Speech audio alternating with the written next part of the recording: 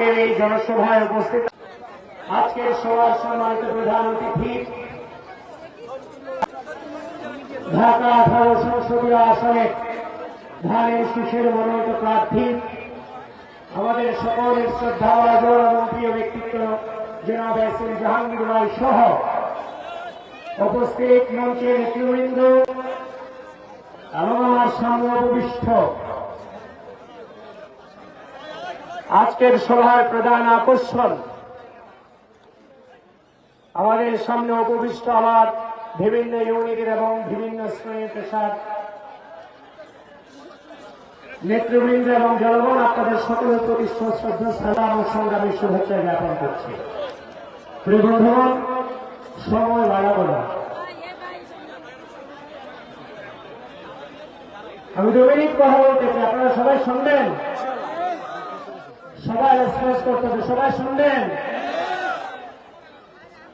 এই Kamarpara school and college এই মাঠকে কাঁপিয়ে বলতে হবে আগামী 12 তারিখ কে জিতবে। সবাইকে বলতে হবে কে জিতবে। জনগণ, বিগত দীর্ঘ বিশ্বাসনে এখানে যে নেতৃবৃন্দ উপস্থিত আছেন, এমন একজন ব্যক্তি আছে যার বিরুদ্ধে মামলা নাই, এমন ব্যক্তি আছে আপনাদের সামনে থেকে খুন হয়ে গিয়েছে। আজ থেকে 1.5 বছর আগে কোন ফ্যামিলি অনুষ্ঠানে যেতে পারেননি, নিজের বাবা মা কথা শুনিয়েছে, নিজের ভাইরা কথা শুনিয়েছে, সমাজ কথা শুনিয়েছে, কিন্তু বাংলাদেশের প্রশ্নে ধানের শীষের প্রশ্নকে আপোষ করেছেন। এই দীর্ঘ লড়াই সংগ্রামের রেজাল্ট আসবে 12 তারিখ। কয় তারিখ? সুতরাং আমরা বিগত দীর্ঘ বিশ্বাসনে অন্যায়, অত্যাচার, নিপীড়ন, নির্যাতন, গুম খুনের শিকার হয়েছি।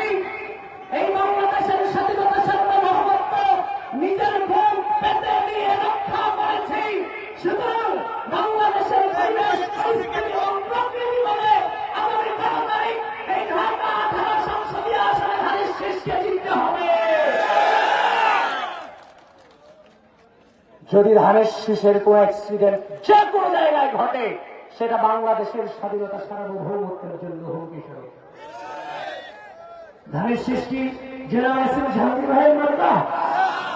এই ভাই, মার্কা, এই মার্কা বাংলাদেশের স্বাধীনতা সার্বভৌমত্ব গণতন্ত্র পুনরুদ্ধারে দীর্ঘ সংগ্রামের অবসীম প্রতীক হচ্ছে ধানের শীষ। জিতবেন? अरे कथा जितবেন?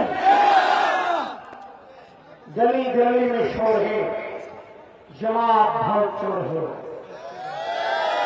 शहर शहर में शोर है, जमात शिविर भाग चोर है।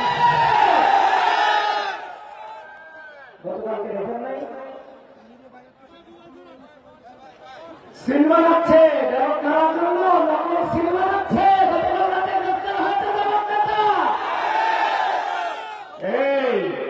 বিগত দীর্ঘ দুঃশাসনে আওয়ামী লীগের সাথে থেকে, হাসিনার সাথে থেকে চুরি শিখে গেছে। এই চোরদেরকে প্রতিহত করতে হবে।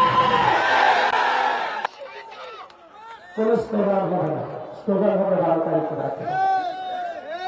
শক্তি সঞ্চয় করেন, বাংলাদেশের স্বাধীনতা সার্বভৌমত্বের প্রশ্নে আপোষহীন থাকতে হবে।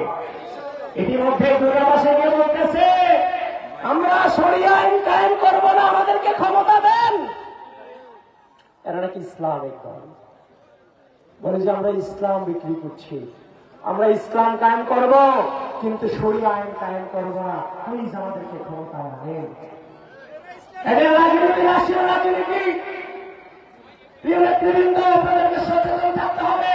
আপনারা দেখেছেন নিজের নেতার উপরে নিজেরা গুলি চালিয়ে বিএনপির উপরে দায় দেওয়ার চেষ্টা করেছে।